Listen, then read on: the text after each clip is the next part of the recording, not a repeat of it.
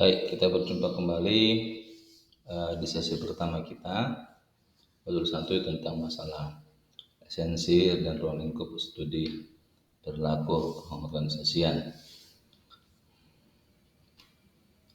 Kita mulai dengan pembagian manajemen itu sendiri, ada manusia, organisasi, dan manajemen itu sendiri.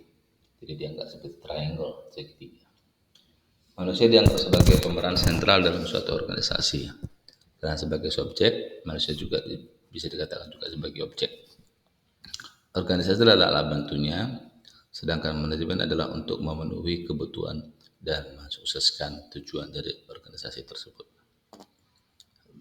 Ini dia definisi organisasi masing-masing. Nanti Anda bisa baca sendiri, pahami. Dari definisi tadi yang ada 5 tadi dari para ahli ini, sehingga dikerucutkan menjadi 5 karakteristik utama dari organisasi, yaitu unit entitas sosial, beranggotakan minimal 2 orang, berpola kerja terstruktur, mempunyai tujuan yang ingin dicapai, dan mempunyai identitas diri. Dimensi organisasi tersendiri itu ada dimensi struktural dan dimensi konseptual yang mempunyai karakteristik masing-masing. Jenis-jenis organisasi ada 2, yaitu yang profit oriented dan non-profit oriented, atau disebut juga dengan organisasi nirlaba. Itu kalau dia profit berarti orientasinya adalah untung, sedangkan organisasi nirlaba organisasi adalah pelayanan.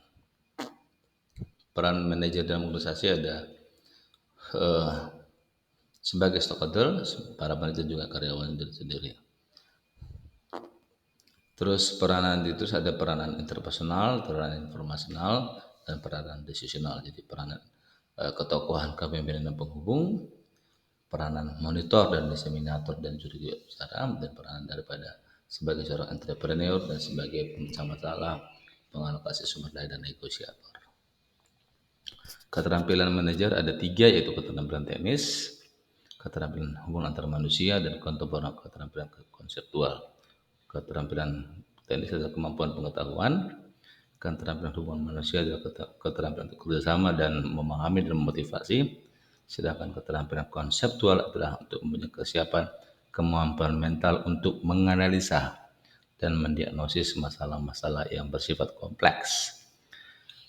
Pengertian perilaku organisasi adalah bidang studi yang menginvestigasi individu atau kelompok dan satu organisasi yang dampaknya terhadap perilaku dalam organisasi, dengan harapan bahwa dengan menerapkan pengetahuan tersebut efektivitas organisasi dapat ditingkatkan.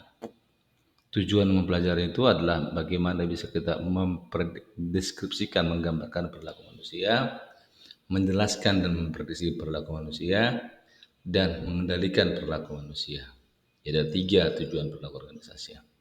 Terus level analisis dalam studi perilaku organisasi, intinya adalah individu.